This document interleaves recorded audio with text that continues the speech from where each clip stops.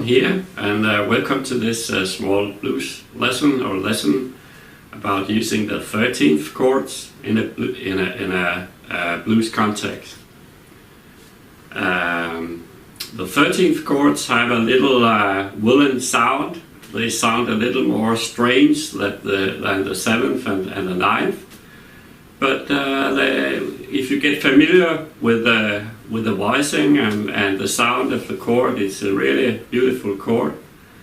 And I would say when I play a blues, when I come to a blues, when I play chords over a blues, I'll probably use both 7th, 9th, 13th, and sometimes also 11th. And I'll probably use these chords without even giving it a second thought. I will use them at the same time, at the same blues, and all sounds really cool and great to me. So you can actually choose between the 7th, which gives you this sound, and the 9th,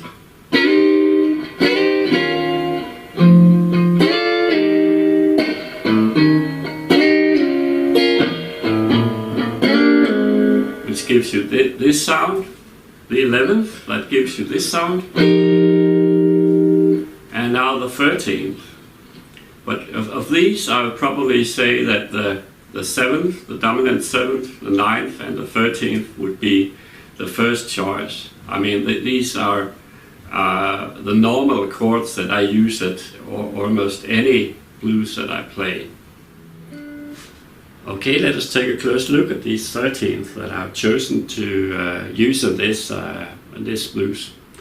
The first one is B flat 13th, and the root is actually up here, but I just play on these 3 strings on the 4th, the 3rd, and the 2nd string. So it creates variation. If you in one turnaround perhaps I play on these 3 strings, and the next turnaround I play at the top strings or the bottom strings. It creates variation when you comp and when you play chords. You see, really some important concepts here. They are not easy, so you have to concentrate.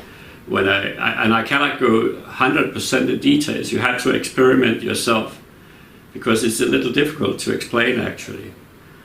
But anyway, let's go to the first 13th chord, and I have my first finger in the 6th fret, the 4th string, and I have my second finger on the 3rd string, the 7th fret, and I have my 3rd finger on the 8th fret, the 2nd string. Actually, I take that one with my 4th finger, but I think you should take it with your 3rd finger. Actually. So we get this sound, and if I should talk about the intervals used, you have the root here. I omit the root, so I have the flat 7th here, and I have my major 3rd here, and I have the 6th here, and this is the 6th that you use to create 13th chords.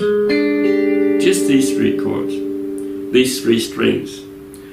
Okay, then I move down to the 2nd chord of the blues in B flat major, which would be in E flat something. Here it's an E flat 9, and again I omit the root, so I just play the E chord on these 3 strings. So I have my first finger in the 5th fret, the 4th string, and I put my 3rd finger over the 2nd and the 3rd and the 2nd string. Just these 3 strings. And the 3rd chord of blues in B flat major would be F, and I take my F9 just 2 steps up. So obviously you could play like this.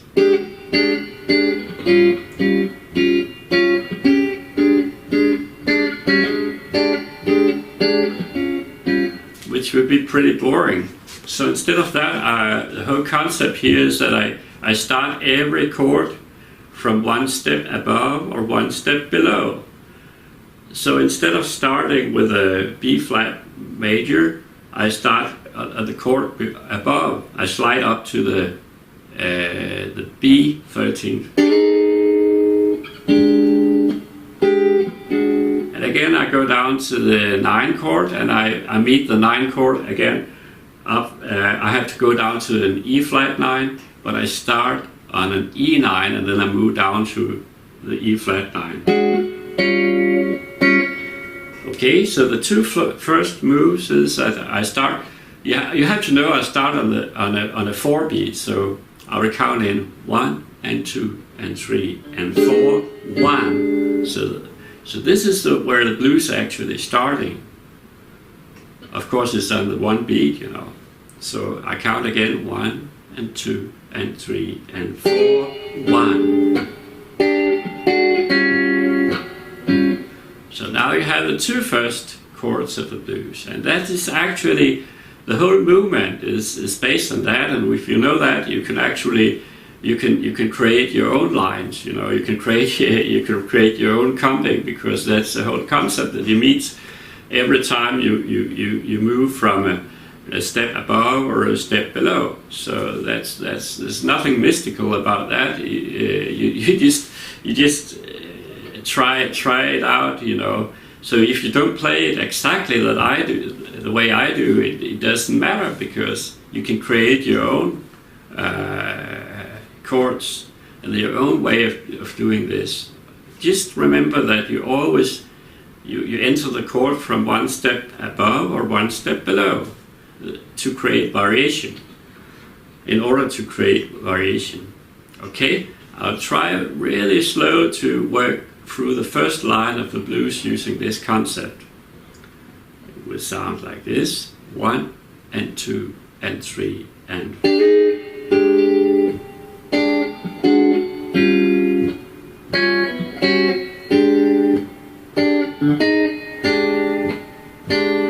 Okay, that was the first 4 bars of the blues. So you see, I start from one step above.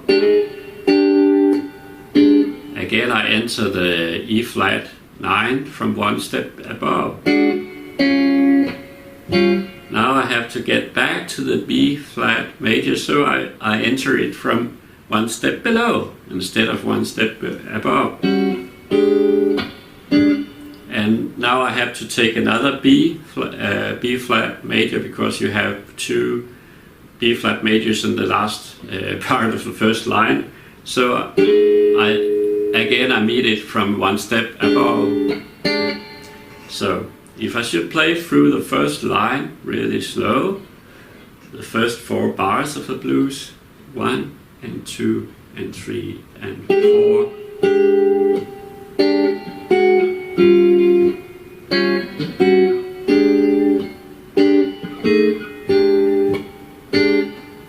Okay, now I move down to the second line of the blues, where I have to have 2 E flat 9 and 2 B flat major 13th. So and I move down like this.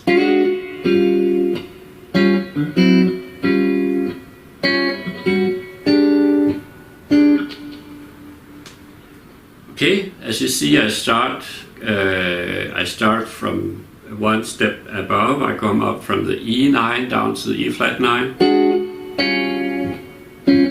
Then I have to take another E flat 9, so I enter it from one step below this time, from the D9.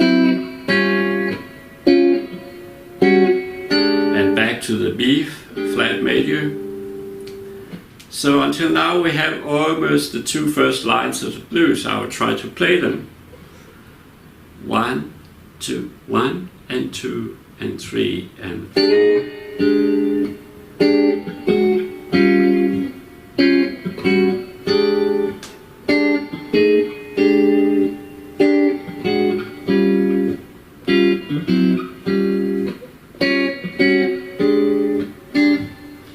Okay, now there's something happening there, because I make a small syncope. I think it's called syncope in Danish. I don't know what it's called in English. Syncopation. and it goes like this.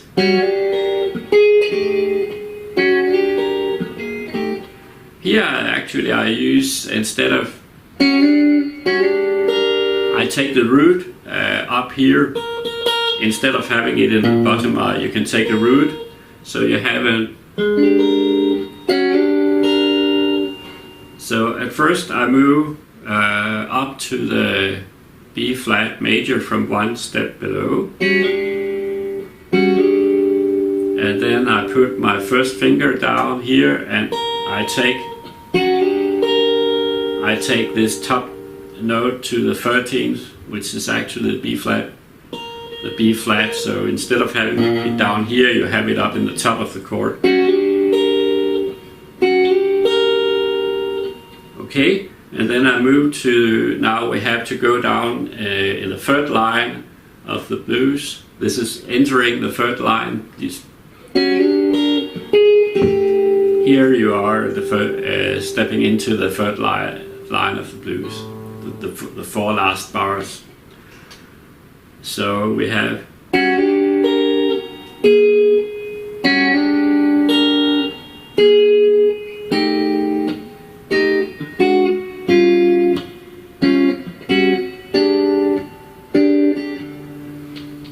okay, we'll take from this syncopated 13th.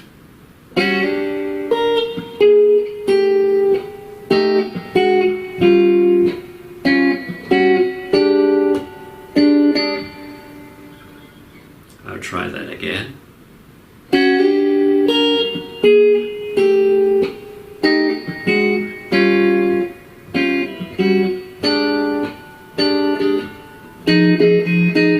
And then I end by taking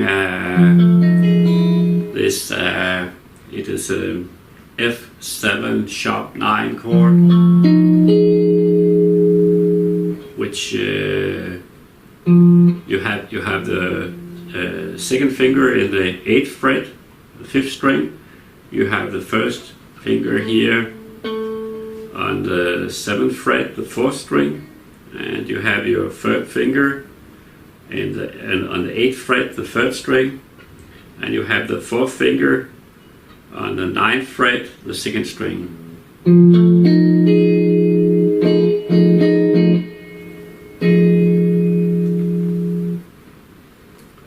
Okay, I can try to play through the whole turnaround really slow. I hope you can follow it.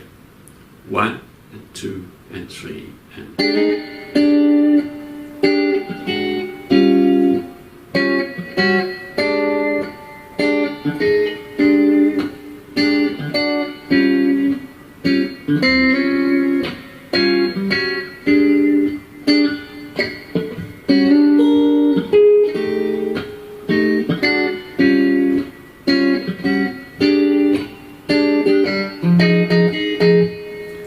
okay, then I'm back here. I think I will show you this second turnaround played exactly the same way as, or almost the same way as I do with the first turnaround, because else it gets too complicated.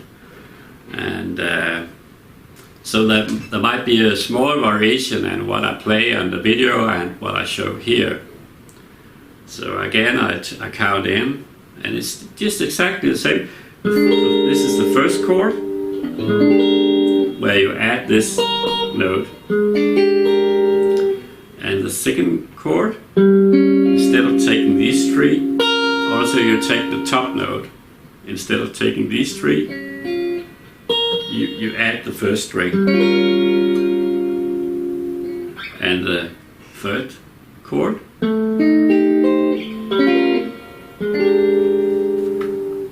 Okay, I try to play through 1 and 2 and 3 and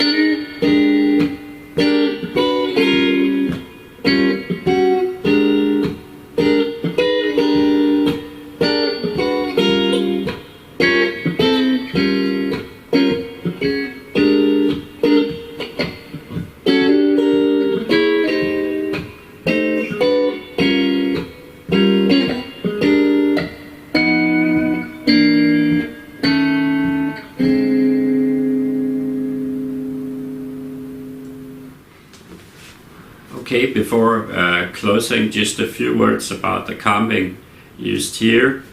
I actually pick the notes. I actually pick with my thumb first and my second finger, which is sounds great, as you can hear. And you can see that also I make a small vibration on the chords that adds to the flavor of the chords. Instead of just playing, I play.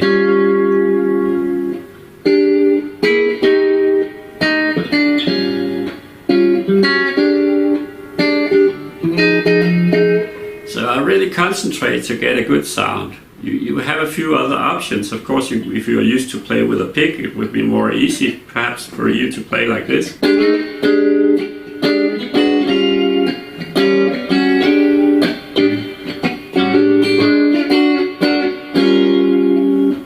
Or you might play with a thumb. If you play with a thumb, you get a more soft sound.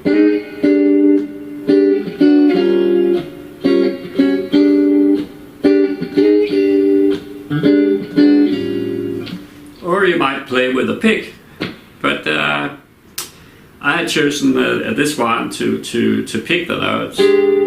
So it's actually also a way to be more precise. If you play with a pick or with your fingers and you play like this, you really have to concentrate just to hit the 3 strings, because if you hit some of the other strings, it sounds awkward. So in a way, it's more easy to pick the notes, because then you're sure you get the right notes. But you can experiment. Okay, have a lot of fun.